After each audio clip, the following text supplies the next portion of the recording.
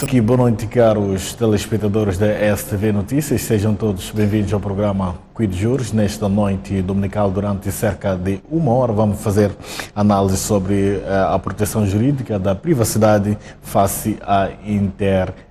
E para tal, conto com a presença de dois convidados. Falo concretamente do Dr. Gil Cambolo. Contamos ainda com a presença do Dr.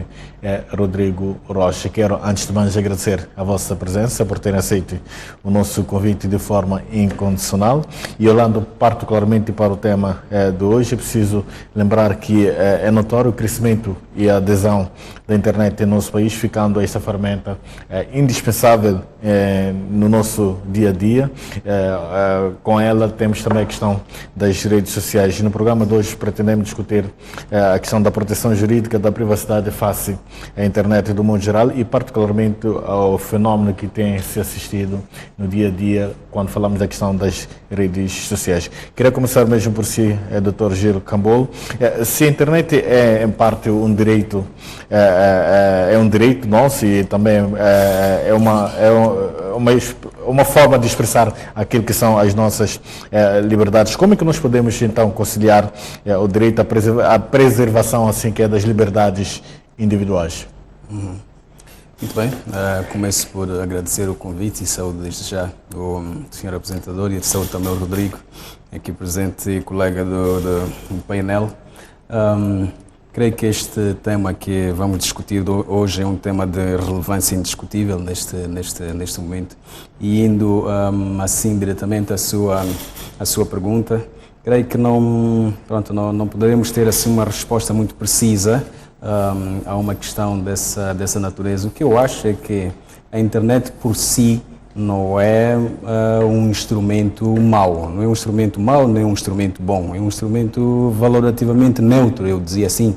A internet só se tornará mau ou boa conforme o uso que for a ser feito pelos próprios utilizadores. Pelo que, em tese geral, não existe um conflito entre a proteção de liberdades individuais, designadamente também a proteção da privacidade com a internet, em tese geral. O que está em causa, e pode existir e que existe efetivamente, é a possibilidade de violação dessas liberdades e, no caso aqui, a violação da privacidade por um certo uso da internet, o uso esse que pode ser negativo e, como iremos ver, que é até reprimido aqui pelas normas jurídicas do nosso ordenamento e por normas jurídicas também do ordenamento jurídico que não são moçambicanos. Portanto, assim, em tese geral, a internet é uma coisa que pode ser usada tanto para o bem como para o mal. Pode ser usada, como temos visto até, para proteger liberdades individuais, para promover a proteção dessas liberdades, para promover até a proteção da privacidade, mas também pode ser usada e tem sido usada para violar esses institutos. Pelo que o que está em causa, na verdade, é o uso que é feito desta ferramenta, que na verdade veio para ficar. É incontornável o seu uso e, portanto, o Estado tem que agora ir atrás, ou pelo menos pôr-se à frente, ou eventualmente pôr-se à frente, para disciplinar o uso desta ferramenta que não pode, de maneira alguma, ser hoje descurada. Obrigado. Dr. Rocha, levanta a mesma questão para si também, olhando para a internet como uma ferramenta que é de todo o nosso direito, fazer uso do mesmo para vários fins e expressarmos aquilo que são as nossas liberdades. Como é que nós podemos então conciliar essa liberdade que nós temos, essa internet que nós temos, para podermos expressar, como já fiz referência anteriormente, e a questão também daquilo que deve ser a preservação da liberdade do indivíduo? Bom, antes de mais, deixe-me desejar um bom ano aos telespectadores. É a primeira vez que eu estou na televisão este ano. Desejar também assim, e principalmente à STV, e não posso deixar de desejar também ao meu amigo Gil Cambolo um bom 2019. Exato. A internet é considerada hoje em dia como um dos direitos humanos. É um dos direitos que todo ser humano tem de aceder e de comunicar e de partilhar as suas ideias. Como tal, ela não pode ser vista por um dos aspectos negativos que ela poderá trazer. Repare, um carro, hoje em dia, é um meio de transporte, mas eu posso usar um carro para fazer mal a alguém. Isso não significa que eu tenha que olhar para o carro, para a viatura, essencialmente como um meio de atingir e de alguma forma, prejudicar outrem. A internet, o objetivo da internet é, obviamente, permitir uma comunicação, permitir acesso a conteúdos, permitir que as pessoas consigam informar, que as pessoas consigam, de alguma forma, melhorar a sua capacidade intelectual, a sua capacidade de aprendizagem, e esse é o fim pelo qual, ou para o qual foi desenhada esta rede internacional. Obviamente que daí vem outro tipo de utilizações que, embora não sejam legais, embora alguns ordenamentos jurídicos possam prejudicar ou possam reprimir determinadas condutas, elas não deixam de ser feitas. Nós, hoje em dia, a vida das pessoas está espelhada na internet. Quase que dificilmente é impossível descobrir alguém, ou, aliás, não se torna viável esconder-se alguém a partir do momento em que se consegue ter um endereço de e-mail. O endereço de e-mail, que é o correio eletrónico, abre as portas a que as pessoas fiquem conhecidas ou suscetíveis de serem conhecidas. E isso é um potencial enorme para quem tenha má fé de poder também utilizar essa ferramenta para, de alguma forma, prejudicar terceiros ou tentar obter fins não muito legais, ou às vezes até não roça na legalidade, mas roça na moralidade. Isto para dizer o quê também?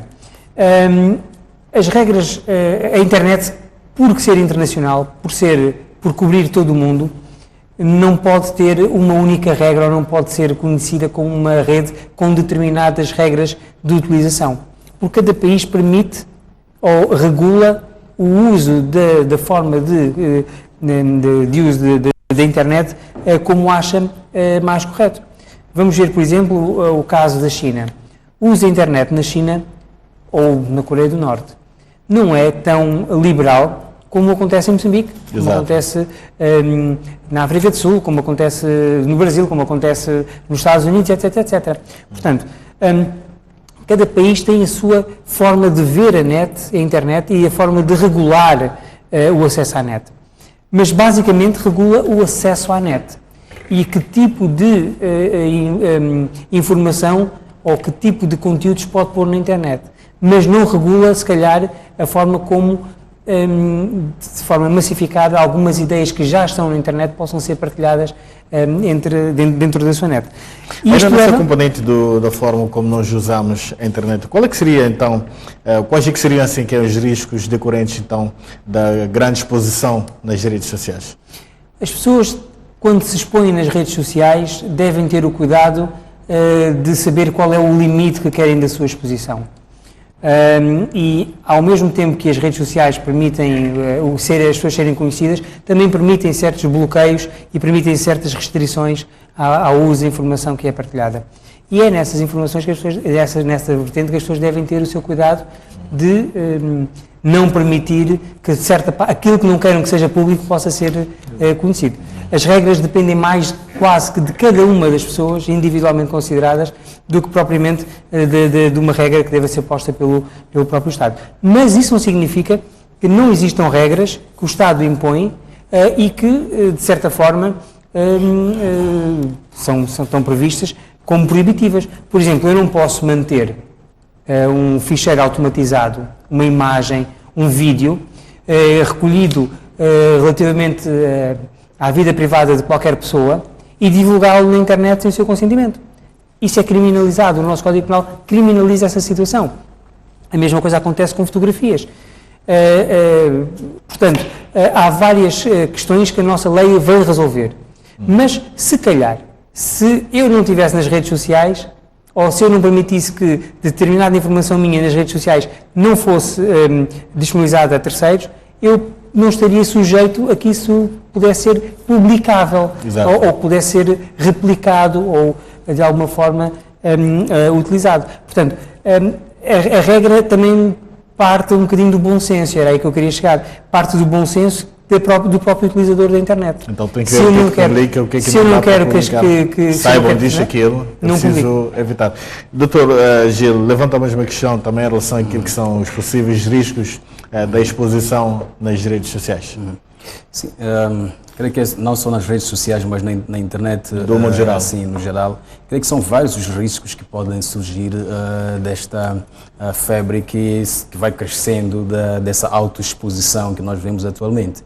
Porque enquanto antigamente as pessoas tinham receio da exposição, tinham medo da exposição, agora parece que esse medo da exposição foi substituído pela alegria de ser notado. Não é? A internet veio agora dar esta possibilidade de, afinal, eu sair do anonimato sem qualquer grande feito. Portanto, basta eu ter um perfil numa rede social e começo a dizer o que eu penso e, portanto, sou também um formador de opinião e, a partir disso mesmo, passo a ser uma pessoa notada. Isso, obviamente, leva as pessoas também a se exporem, eventualmente, ou algumas vezes demais. E creio que um dos riscos, por exemplo, que se coloca nessa exposição excessiva que muitas vezes se vê nas redes sociais, sobretudo, tem a ver com a própria recolha de informação. Porque sempre que eu entro numa determinada rede social e crio um perfil, há um conjunto de informações que são recolhidas sobre mim. Informações que podem ser de caráter mais ou menos público, como, por exemplo, o meu país de residência ou a minha nacionalidade, etc. Mas depois também, às vezes... Até o número de telefone. Exatamente. Às vezes tem informações que são mais privadas, até situações de recolha de dados que são tidos como dados especiais, como, por exemplo, as minhas convicções religiosas. Se eu professo uma determinada religião, se eu tenho uma determinada filiação política, etc. E essas informações que são recolhidas por essas plataformas, de certo modo, depois são partilhadas. No caso, por exemplo, do Facebook e do Instagram, muitas dessas informações, essas plataformas partilham com as empresas que fazem publicidade nessas plataformas. Se uma certa empresa quer fazer publicidade naquela plataforma, ela quer saber com que utilizador é que eu estou a lidar. Este utilizador, por exemplo, vive no lugar tal, tem este ou aquele gosto, então eu vou desenhar o meu produto tendo em conta aquele utilizador. Perfil. Exatamente. Inclusivamente, quando eu vou abrir, por exemplo, a minha timeline no Twitter ou no Instagram, etc., ali, o que me aparece na minha linha de tempo é um conjunto de coisas ou de produtos que eu normalmente vejo. Por exemplo, vão-se me apresentar um conjunto de sites que eu normalmente visito. Quer dizer que a própria plataforma está a entender que o meu mundo é aquele, de tal sorte que, em certo sentido, até está a limitar a minha capacidade de imaginação. Porque todos os dias que eu abro aquela plataforma, eu sempre vejo as mesmas coisas. Mas por que eu vejo as mesmas coisas? Eu vejo as mesmas coisas porque a plataforma está a dar-me informação de acordo com as informações que recolheu de mim. Aquilo que são os meus gostos, aquilo que eu quero ver naquela plataforma. Também, hoje também já sabemos que as redes sociais são fontes de colheita de informações para governos, por exemplo, que usam essas informações, às vezes, para vigilância que não é respeitadora das liberdades dos indivíduos. De tal forma que, hoje em dia, mesmo que eu tenha o meu telefone desligado de uma rede de internet, é possível um certo governo saber onde é que eu estou. Pelo simples fato de eu estar a tirar, por exemplo, uma determinada foto, é possível o governo saber onde é que eu estou e monitorar indevidamente os meus movimentos. E também, como temos estado a ver, o modo como se processa essas informações que nós entregamos ou que nós transmitimos para as redes sociais, nem sempre é um modo seguro. E vem a provar isso mesmo, por exemplo, os casos que estão a ser discutidos agora nos Estados Unidos da América, em que se vem a dizer que, afinal, parece que os dados de utilizadores do Facebook foram entregues a uma certa empresa e esta empresa utilizou indevidamente para influenciar os resultados eleitorais. Não é que se tenha feito fraude. O que houve foi simplesmente que essa aplicação, no caso a Cambridge Analytica, foi influenciando os utilizadores daquela rede social do Facebook com um certo conjunto de notícias que acabou por levar aqueles utilizadores a votarem num certo sentido, quando chegou a altura das eleições, sentido esse que eventualmente não teriam seguido se não tivessem sido influenciados por aquela rede. Quer dizer que o processamento daquela informação pela rede Facebook foi um processamento indevido e, em certo sentido, inseguro. E acabou também por pôr em causa a própria liberdade de escolha das pessoas. Portanto, creio que são vários os riscos e hoje em dia nós quando intervimos ou quando estamos em redes sociais temos de ter muito cuidado com aquilo que são as informações que nós fornecemos, porque muitas vezes este frenesim de querer muitos likes, muitas curtidas, etc. Quais que seriam então as consequências da disponibilização dessas informações todas, porque é o que tem acontecido a cada dia que passa, as pessoas, onde quer que elas estejam, procuram sempre mostrar, eu estou aqui fazendo isto. Quais são as possíveis consequências, então, da disponibilização dessas informações todas? Bem, eu acho que são várias as consequências da disponibilização dessas informações. Talvez eu começasse por consequências positivas, não é? Quando eu ponho-me a publicar esse tipo de informações, eu quero um certo reconhecimento por parte da sociedade. Eu quero que a sociedade, afinal, me veja como alguém que não está no armário e que está aqui, está no ativo. Afinal, eu vou a uma certa praia, afinal, eu vou a um certo banco onde eu tenho conta, isto, aquilo. Isso, em certo sentido, tira-me, afinal, aquela dor do anonimato e dá-me a tão alegria de ser famoso. Mas, como sabemos, existem depois consequências muito negativas à volta disso.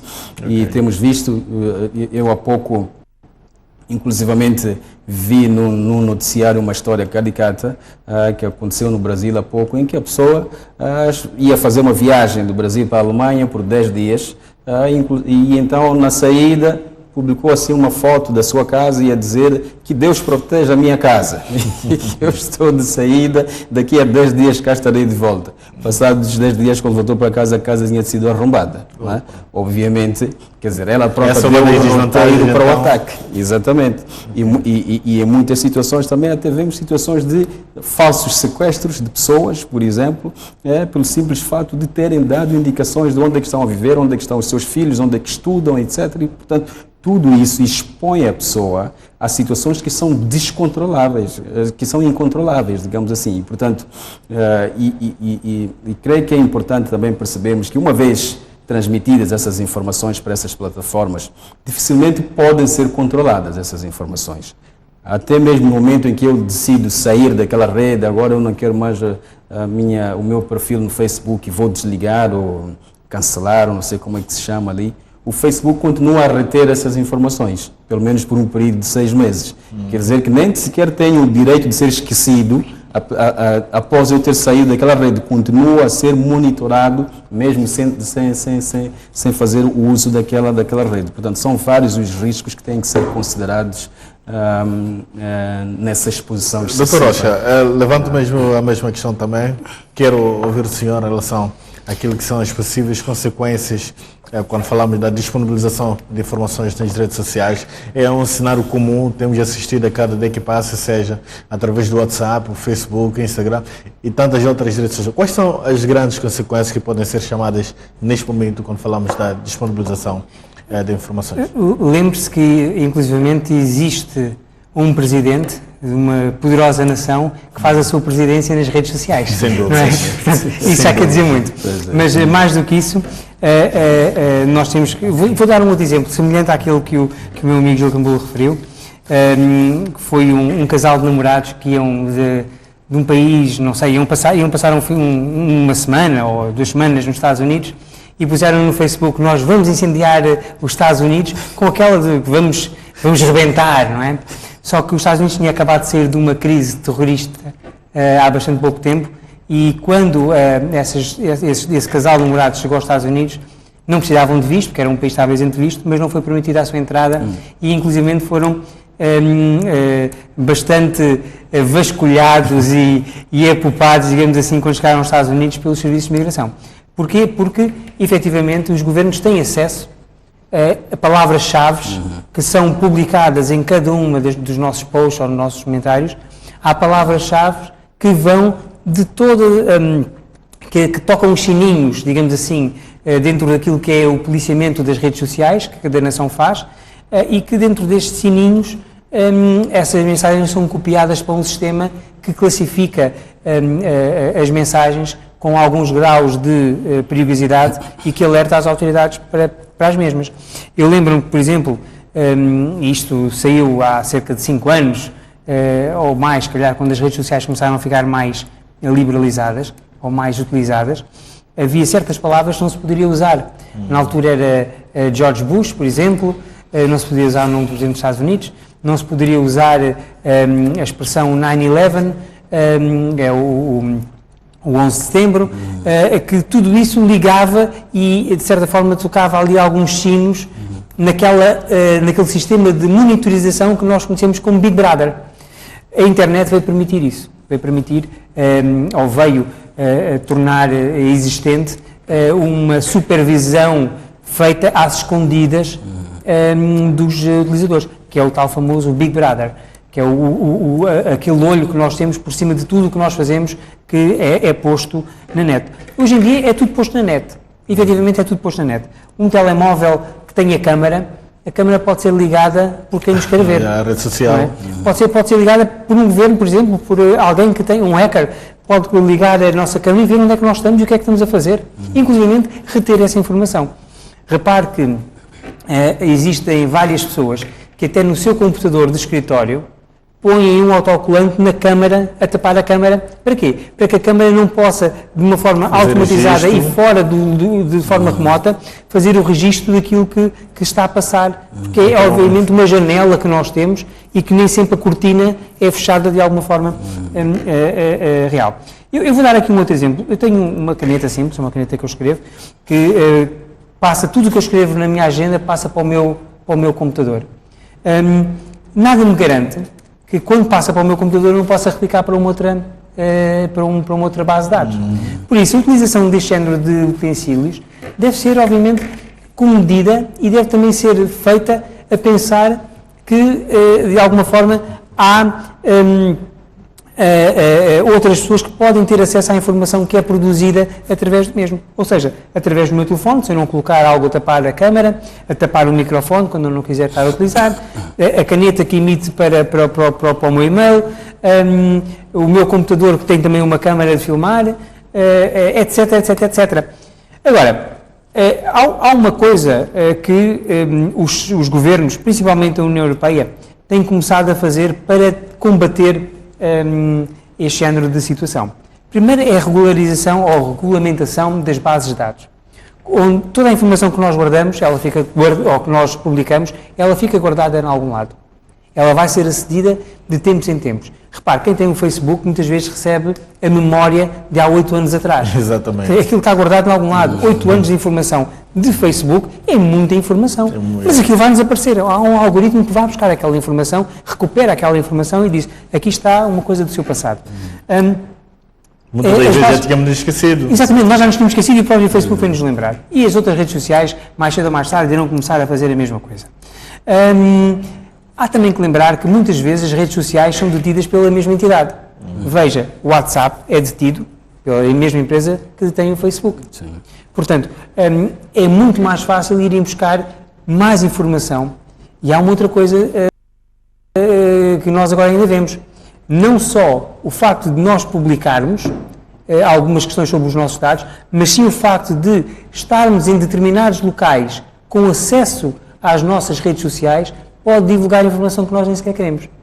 Quantas vezes nós vemos o nosso Facebook ou o nosso telemóvel a apitar a dizer fulano tal está nas proximidades? Como é que o Facebook sabe disto? Não é? Algum GPS transmite esta informação. Se eu vou daqui para a China, se calhar aparece-me aqui alguém a dizer, olha, tem aqui um amigo na China, o seu amigo está cá na China, o seu amigo de Facebook. Se calhar até era giro encontrar isso. Isso tudo por causa da utilização das bases de dados. Mas só para dizer uma outra questão.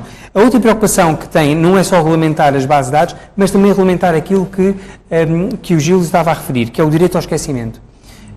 A União Europeia, que tem sido, de alguma forma, inovadora na forma como lida com as questões de transmissão e publicação de ideias e de conteúdos online, está a querer obrigar os Estados-membros e todas as operadoras que de alguma forma integram a internet e que estejam sediadas na União Europeia, a permitir um esquecimento mais curto do que aquele que até o Facebook prevê, que é de 6 meses.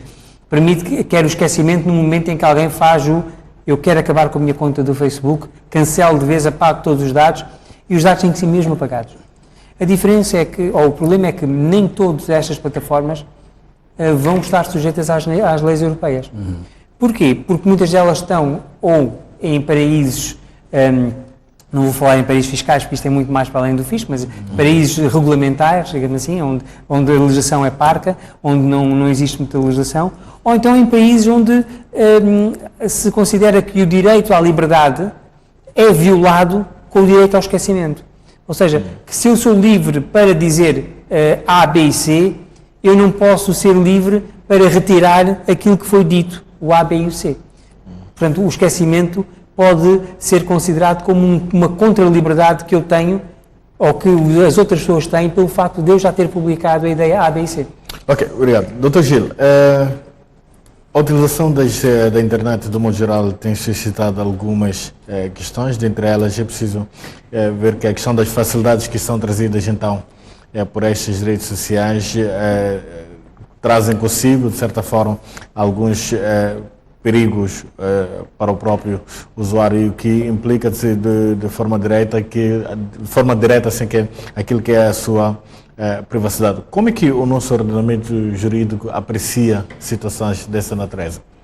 A questão da privacidade do usuário das redes sociais ou da internet, de modo geral. Sim, vamos lá ver. No nosso ordenamento, a privacidade é desde logo tida como um direito de personalidade. Não é? E o que é que significa isto? Significa que é um direito que toda e qualquer pessoa tem pelo simples fato de ser pessoa. Portanto, é um direito ligado ao próprio ser da pessoa, ao próprio indivíduo. E, portanto, sendo assim, é um direito que não se pode alienar, é um direito que não se pode renunciar, etc. Isso tudo. Mas, desde logo, olhando assim para o nosso direito positivo, a privacidade é, desde logo, protegida pela nossa Constituição. A Constituição protege o direito à reserva da intimidade da vida privada e obriga a que todas as pessoas guardem respeito sobre essa reserva da intimidade da vida privada.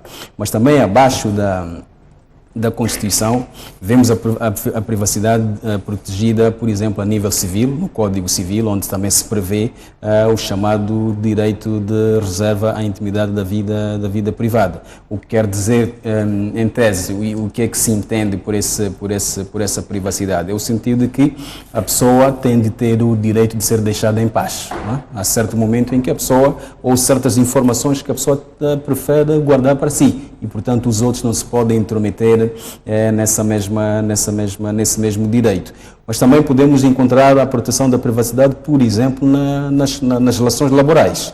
Inclusivamente, a Lei do Trabalho também impõe que as entidades empregadoras respeitem a privacidade do trabalhador. Portanto, não pode haver uma intromissão indevida naquilo que é a privacidade do trabalhador, mesmo quando ele esteja no exercício da sua atividade laboral. Desde logo, por exemplo, na altura da admissão do trabalhador, se for necessário recolher alguns dados, tem de ser recolhidos apenas os dados indispensáveis para a realização da atividade que o trabalhador mais tarde será então incumbido de realizar. E sempre que há um excesso, então temos um problema de violação da privacidade. E depois também, e em termos mais incisivos, temos também a proteção da privacidade a nível penal. Não é? A violação da privacidade a nível penal, como o Rodrigo até há pouco na introdução a este nosso debate já indicava, a privacidade é protegida também a nível penal, até por penas privativas de liberdade. No momento em que, por exemplo, eu acedo ao telefone dele e começo a vasculhar as suas mensagens, eu estou mesmo a cometer um crime. E esse crime é punível com pena de prisão. A mera situação de eu estar a espreitar o telefone do outro e a ver as suas comunicações eletrônicas, isso já constitui um crime. Os que estão lá em casa poderão se perguntar, mas então, e quando a mulher vai pegar no celular do marido e vice-versa, ou quando o filho ou o pai, etc.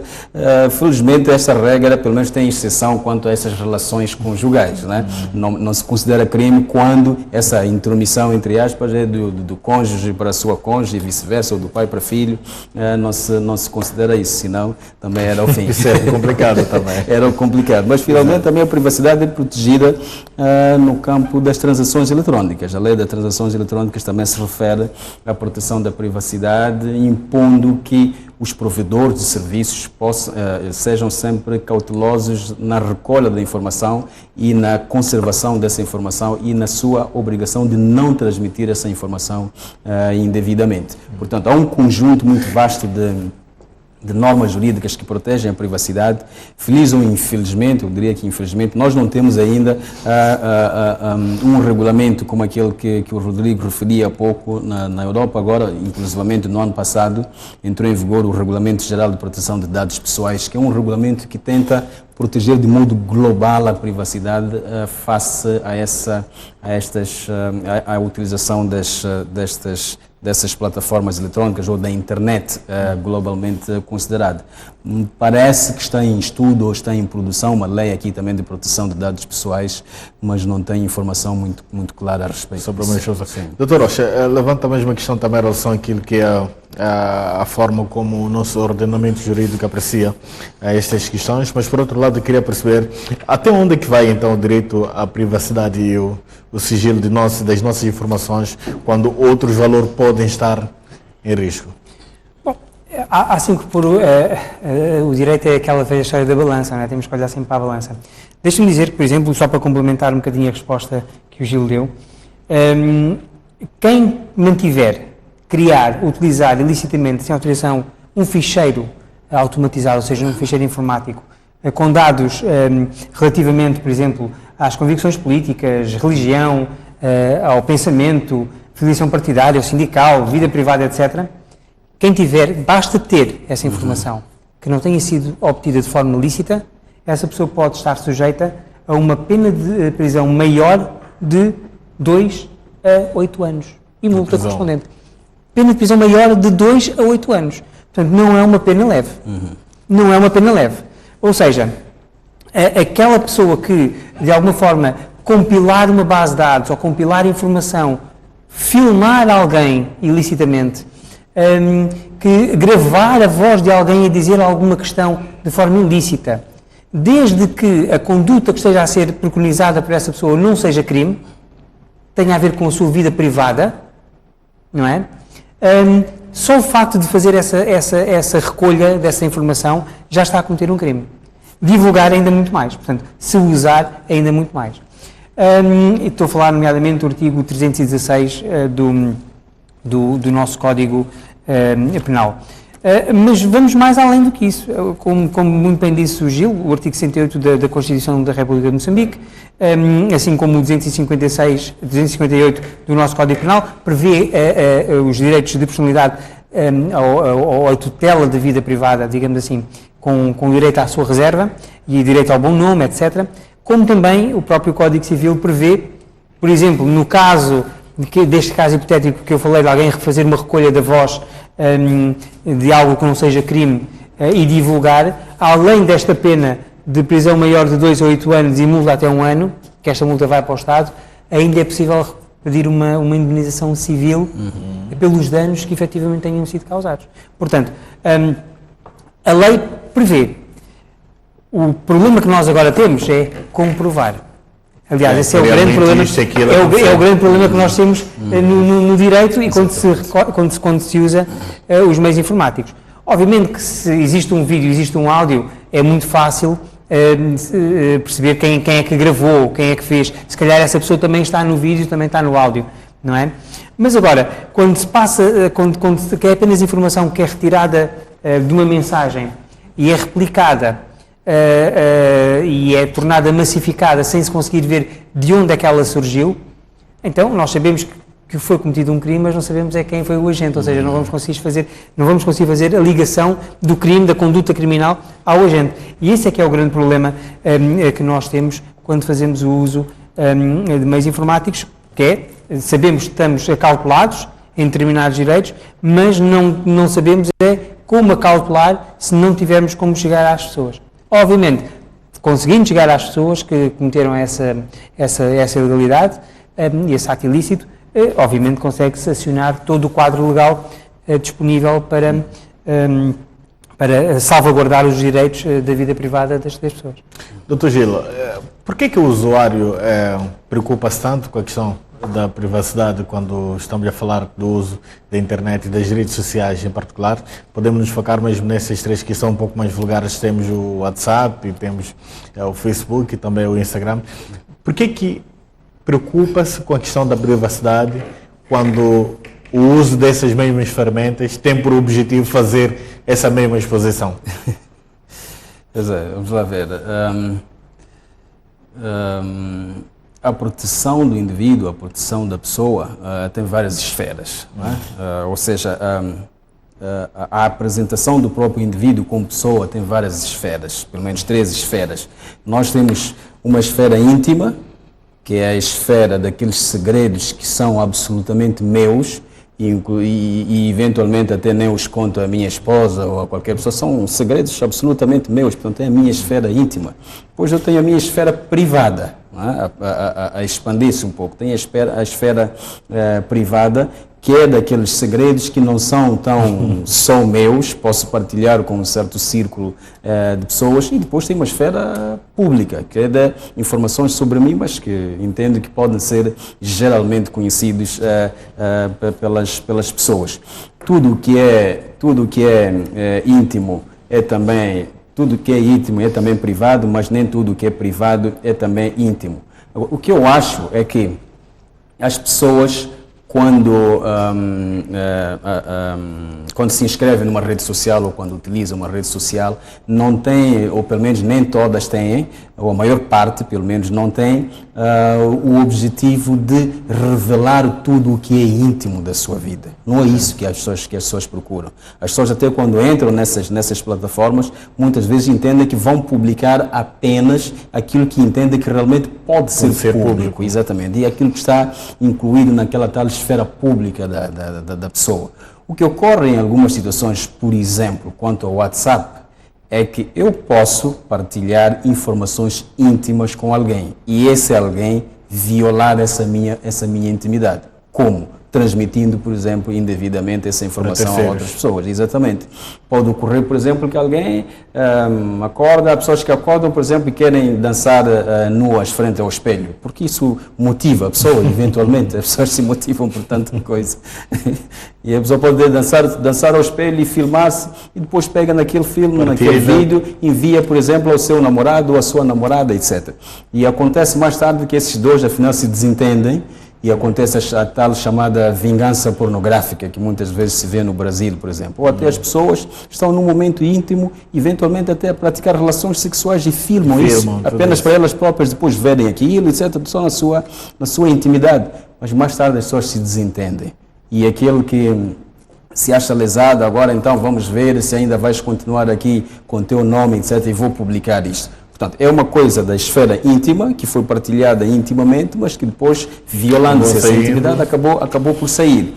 E, portanto, creio que as pessoas têm razão de dizer que, apesar de eu utilizar a rede social, eu não estou a utilizar esta rede para que a minha intimidade seja absolutamente exposta. O que eu estou a fazer aqui é simplesmente utilizar esta rede para expor aquilo que, para mim, pode ser de domínio público. E em muitas situações também, nós vemos um uso muito bom das redes sociais, que as pessoas usam essas redes para promover a sua imagem profissional, para fazer negócios, etc. Em muitas situações assim, e em que em algumas situações são também encontradas nessa trama ou nessas armadilhas das redes sociais, em que às vezes até se pega numa foto que eu publiquei num certo contexto e a pessoa vai pegar naquela foto, vai editar aquela foto e põe outros elementos que não têm absolutamente nada a ver com aquele contexto e acaba assim por violar aquilo que era o meu objetivo ao utilizar aquela rede. Portanto, o que está em causa, eu diria que é a situação de as pessoas efetivamente entrarem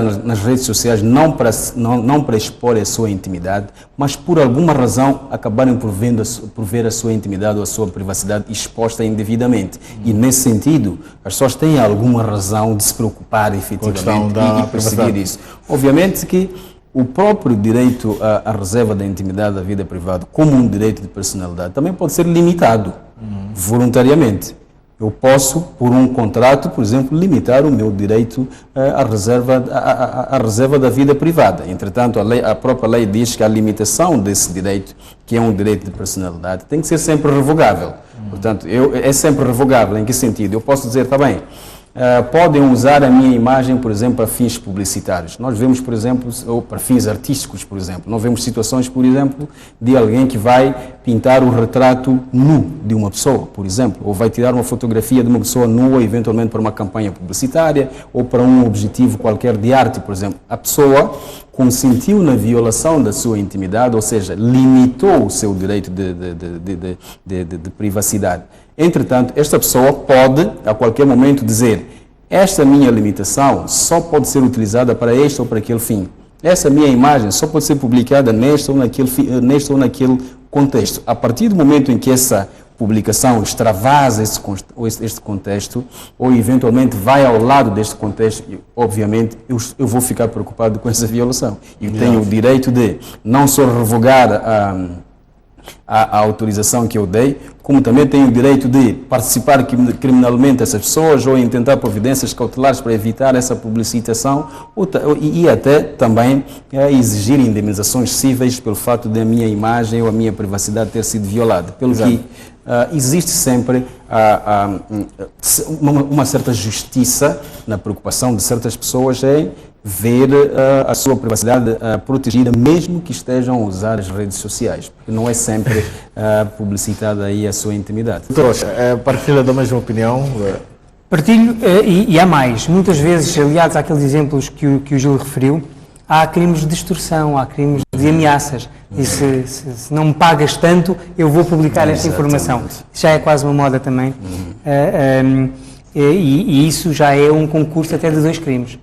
É aquele crime que eu há bocado referi, do 316, aliado ao próprio crime de ameaça, que depois podem entrar em concurso e chegar a uma outra moldura penal superior àquela que lá estava de 8 anos, não é? Mas há outras questões que também temos que atender.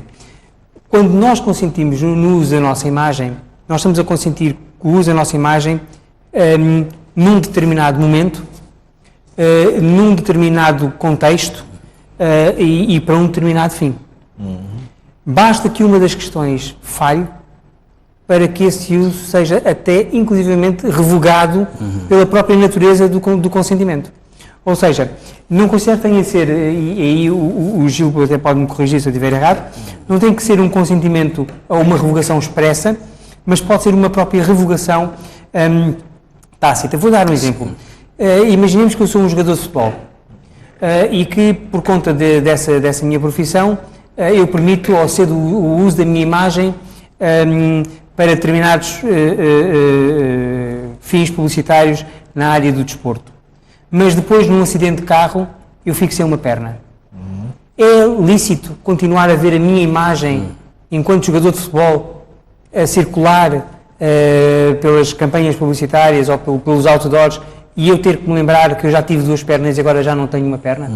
Portanto, é este género de situações que, no meu entender, a lei considera que está automaticamente revogado o consentimento que foi dado. Se a pessoa já não é a mesma, então o consentimento já não está prestado. Houve uma alteração que não deve importar, a meu ver, a necessidade de uma revogação expressa dessa situação. Também temos, se calhar voltando um bocado atrás à questão das ameaças que foram, ou que às vezes são feitas por conta da obtenção de forma ilícita de algumas imagens, ou às vezes própria ilícita, temos que olhar depois para uma outra componente e também pegando naquela ideia original ou inicial que o Gil Gambulo trouxe, que é o uso que é feito de alguma informação que nós temos por parte dos governos. De certa forma, nós sentimos-nos ameaçados se soubermos que se publicarmos alguma coisa contra o presidente Donald Trump, hoje em dia nas redes sociais, se calhar não vamos conseguir entrar nos Estados Unidos nos próximos tempos enquanto ele for presidente. Não é? Se nós publicarmos alguma coisa sobre o quão ridículo é fazer o muro à volta ou na fronteira com o México, que o homem está a ser e podemos adjetivá-lo como quiser, enfim, que se calhar não vou poder entrar nos Estados Unidos tão cedo. Agora, a questão é lícito que a expressão de uma opinião possa fazer-nos refém de uma decisão que nós temos, que é de viajar para aquele país, ou se calhar até por questões profissionais? E obviamente a resposta vai ter que ser não. O problema que aí temos, e mais uma vez a solução é, não deveríamos ficar reféns dessa situação, principalmente também porque os Estados Unidos, no caso em concreto, é um país que preza muito na sua primeira emenda o direito à liberdade e à liberdade de expressão. Mas o que é certo é que nós não temos como controlar essa situação se o Estado simplesmente disser de forma discricionária: o senhor aqui não entra.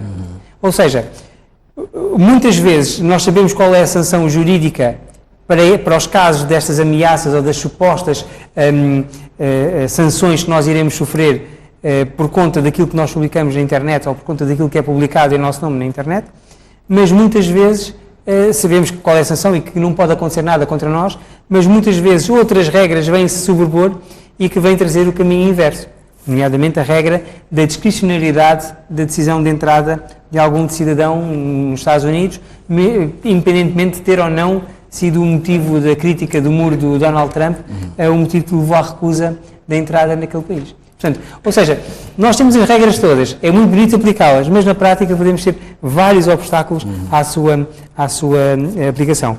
O que para Moçambique, isso agora só para resumir, não deixa de ser um facto assente que quem recolher dados ilicitamente de alguém em Moçambique, quem os divulgar, esses dados recolhidos de forma ilícita em Moçambique, quem chantagear alguém ou tentar extorquir qualquer quantia por causa da divulgação desses dados, ou divulgar apenas como vingança, se for tudo praticado em Moçambique, a nossa lei regula e a nossa lei irá ter como chegar a essas pessoas. Portanto, irá facilitar os meios de prova. Agora, olhando para essa questão, para si, Dr. Gil, a questão da dinâmica que as redes sociais têm mostrado a cada dia que passa, acha que esses espaços de compartilhamento precisam de ter alguma delimitação, talvez jurídica, especial, para que as pessoas saibam até onde que vão, o que podem ou fazer ou deixar de fazer? Eu acho que este é um tema muito delicado, porque, e como dizia o Rodrigo no início da nossa conversa, a internet hoje já é um direito humano e, na verdade, as redes sociais acabam por, em certo sentido, ser manifestação também de um direito fundamental à liberdade de expressão. E hoje em dia as pessoas são muito reticentes a qualquer restrição deste tipo de direitos, pelo menos em países democráticos, em estados de direito democrático como o nosso. Porque, desde logo, o que está em causa aí é quais são os critérios que nós vamos utilizar para limitar essa expressão ou essa utilização dessas redes. Pelo que eu entendo que, primeiro, seria muito difícil conseguir uma limitação do uso dessas plataformas. Mesmo países que lutam mesmo nesse sentido, como, por exemplo, a China. Nós sabemos, por exemplo, quando vamos para a China, a gente não consegue utilizar o WhatsApp assim regularmente. É preciso entrar pelo VPN, etc. Acaba sempre por utilizar, colocando a sua localização como se estivesse fora da China. Mas usa-se a mesma WhatsApp, mesmo lá na China, que tem um governo muito forte atrás desses controles dos motores de busca e das redes sociais, etc. Portanto, mesmo lá, a situação é muito difícil de controlar. Eventualmente, países como Coreia do Norte, que estão num bloqueio total. A internet sequer. Exatamente, nem a internet sequer existe. Então, talvez só nesses países em que praticamente não há vida em termos eletrónicos, é que se pode conseguir um controle dessa natureza.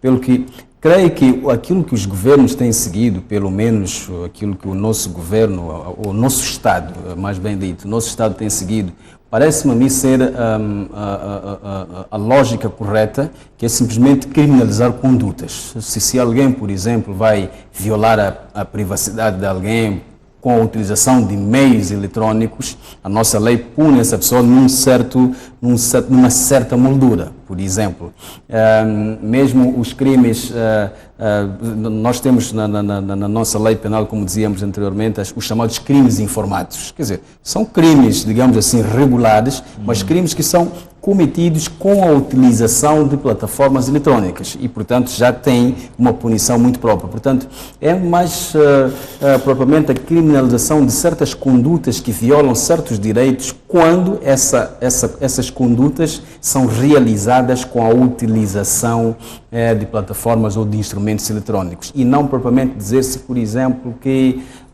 fica agora com limite de recepção de e-mails para 5 por dia ou 15 por dia, quer dizer, acho que isso simplesmente paralisaria a vida e nem sequer seria adequado para um Estado como o nosso e, sobretudo, para uma situação em que, eventualmente, não chega a 10% ou 15% o número de pessoas que usam mal essas redes. Portanto, há por aí 80% ou 90% de pessoas que usam bem essas plataformas e, portanto, uma limitação, digamos assim, generalizada, era uma limitação que não apenas teria esse resultado positivo de eventualmente limitar também a violação de direitos, como também ela própria podia ser uma violação de direitos daqueles que usam regularmente essas plataformas e usam regularmente a internet para fins absolutamente lícitos e que por causa disso mesmo não merecem de modo algum ter alguma limitação dessa natureza. Doutor Rocha, ainda na componente da liberdade de expressão, acha que justificam-se algumas publicações que temos visto por aí, que acabam, de certa forma, lesando a vida privada de certas pessoas? Isso é muito comum assistirmos no dia a dia. Nós temos que acaba até, de certa forma, comprometendo até a própria dignidade desse indivíduo. Nós temos que tentar perceber até onde é que vai a nossa liberdade de opinião e até onde é que vai a liberdade que nós temos para tocar em determinados assuntos. Cada vez que acontece alguma coisa recente na nossa realidade, e nós moçambicanos somos muito criativos em pegar em algumas questões. Vou-lhe dar um exemplo, num caso que está agora na Berlinda, o caso Manuel Chang. A quantidade de fotografias que eu vejo no Facebook, criação de imagens, dizeres. Isso já chega a ser um atentado à privacidade da própria pessoa, independentemente de até vir a ser condenado. Mas a fazerem, por exemplo, fotografias como ainda hoje circularam, onde retiram a cara deste cidadão e metem num corpo de um presidiário e já com tatuagens, e já, quer dizer, já chega a ser ofensiva à própria imagem da pessoa. Exato. E obviamente que, até mesmo que venhamos a supor que venha a haver uma condenação, uma extradição, etc., isso não implica que esta pessoa possa ser enxovalhada desta forma nas redes sociais. Os crimes pelos quais eventualmente irá ser condenado, se vier a ser condenado, têm uma moldura penal prevista na lei. Não tem o direito ao vexame que é feito nas redes sociais. Portanto, isto para dizer o quê? Efetivamente, nós temos o direito à nossa opinião e nós podemos pôr nas redes sociais o que quer que achamos sobre o que poderá vir a ser o desfecho, se é justo, não é justo, deste caso. Mas quando partimos depois para o vexame, para a humilhação da imagem da pessoa, já perdemos a nossa razão e já estamos a entrar nós próprios numa ilegalidade. Portanto, nós temos que saber medir muito bem quais são as nossas distâncias. Eu tive um professor de Direito Penal na faculdade que dizia assim: a nossa liberdade é o espaço que nós conseguimos ter quando abrimos os nossos braços, exceto se esse espaço tocar em alguém. Na medida em que toca em alguém, essa parte já não é a nossa liberdade. Nós temos de andar em braços abertos tipo Cristo, andar à volta, e esta é a nossa liberdade. Mas se alguém estiver dentro do nosso círculo, não só essa pessoa tem que respeitar o espaço que invadiu dos meus braços abertos, como eu também tenho que respeitar o espaço que invadiu dos braços abertos dessa outra pessoa. E esta é uma imagem que nós temos que ter em mente quando analisamos aquilo que é a nossa liberdade e aquilo que é os nossos limites. A nossa liberdade termina quando começa a liberdade de outrem. É o velho ditado. Doutor Gil, levanto também a mesma questão. Como é que olha então para essa questão, em nome dessa liberdade que tanto se fala? Há pessoas que acabam fazendo publicações que de certa forma lesam aquilo que é a vida privada do outro indivíduo. Eu acho que não há dúvidas desde logo quanto à ilicitude dessas publicações, né? Porque pelo menos a lei, o nosso Código Civil é claro a dizer que o retrato de uma pessoa não pode ser publicado se dessa publicação resultar lesão para o decoro e para a honra dessa mesma pessoa. De tal sorte que, mesmo quando a pessoa é um criminoso que está a ser procurado, por exemplo, e a polícia faz aquelas publicações, procurado, etc., os retratos que a polícia publica são retratos que são retratos dignos, né? Porque a pessoa não perde dignidade por ter sido condenada, e então não perderá dignidade pelo simples fato de ser acusada ou qualquer coisa assim. Mas isso assim no campo penal. Agora, o que está em causa, estando então clara essa situação de que são publicações verdadeiramente ilícitas essas, é que está em causa também a própria ética, né? O ponto é que, eu recordo-me, há coisa de um ano, eu fui convidado pela Universidade de Eduardo Mondlane para proferir uma palestra à volta deste assunto, destas publicações, e eu referia na altura que parece-me que as redes sociais deram aso a uma característica, a uma qualidade muito própria dos seres humanos, que é este culto da maledicência. Quer dizer, quando eu falo mal de alguém, parece que há aplausos, não é? Exatamente, gera aplausos, e mesmo para mim, quer dizer, que parece um exorcismo, uma catarse mesmo, tipo, agora falei mal, já me sinto livre, já tirei tudo que eu tinha em mim, etc. Mas tudo isso é muito bom enquanto não nos ataca. Não é? É muito bom eu publicar a imagem de alguém, é muito bom eu difamar alguém e ter tantos milhares de likes, etc. É tudo isso muito bom, enquanto eu não sou vítima desse tipo de coisas, enquanto o meu familiar, por exemplo, não é vítima de coisas dessa natureza, porque a partir do momento em que isso ocorre efetivamente a mim, então vou ver que afinal a coisa não é tão boa quanto parece. Em todo caso, ou seja, nós não estamos aqui a defender a ideia de que tem que haver censura na opinião das pessoas. Como o Rodrigo dizia há pouco, as pessoas têm de ter liberdade, efetivamente, de se exprimir, e se estão a ver agora, por exemplo, este tema que está a ser falado por toda a gente, as pessoas têm a absoluta liberdade de exprimir a sua opinião, eventualmente reprovar os comportamentos que estão a ser referidos nessas acusações, etc. Portanto, são livres de emitir a sua opinião, desde que essa emissão da opinião seja dentro de padrões, desde logo dentro de padrões éticos, né, e também dentro de padrões que são legais. Portanto, há espaço para poder responsabilizar então as pessoas que fazem? Espaço sempre há, mas o problema das redes sociais e da internet, de modo geral, é a generalização ou a massificação como os atos a massificação que ocorre aos atos das pessoas. Quer dizer, eu posso fazer aqui a minha montagem, essa imagem de que o Rodrigo falava há pouco do Dr. Manuel Chang, afinal transformado num presidiário todo cheio de força, etc. É uma imagem que eu também recebi há pouco. Mas então eu recebi essa imagem, o Rodrigo também recebeu, milhares de pessoas receberam, e nós nem sabemos de onde é que surgiu aquela imagem. Está a uma prova. Exatamente. Como é que eu provo que esta imagem foi criada por esta ou por aquela pessoa? É claro que a lei também permite que eu responsabilize a pessoa que difunde. O mero fato de eu receber aquela informação, e eu estou, por exemplo, num grupo do WhatsApp e começo a difundir essas informações sem qualquer prova, se alguém tiver, se o lesado pelo menos tiver acesso àquele meu grupo, pode utilizar esse mesmo meio de prova contra mim. Mas há espaço para essa responsabilização. O problema é sempre o mesmo, que é o problema de prova. Eu já vi, o Brasil é um pouco eu diria que é mesmo muito avançado em situações disto das redes, etc., responsabilização, etc. Já havia até situações em que tribunais até de nível superior, de segunda instância, etc., que já estão a condenar inclusivamente administradores de grupos do WhatsApp.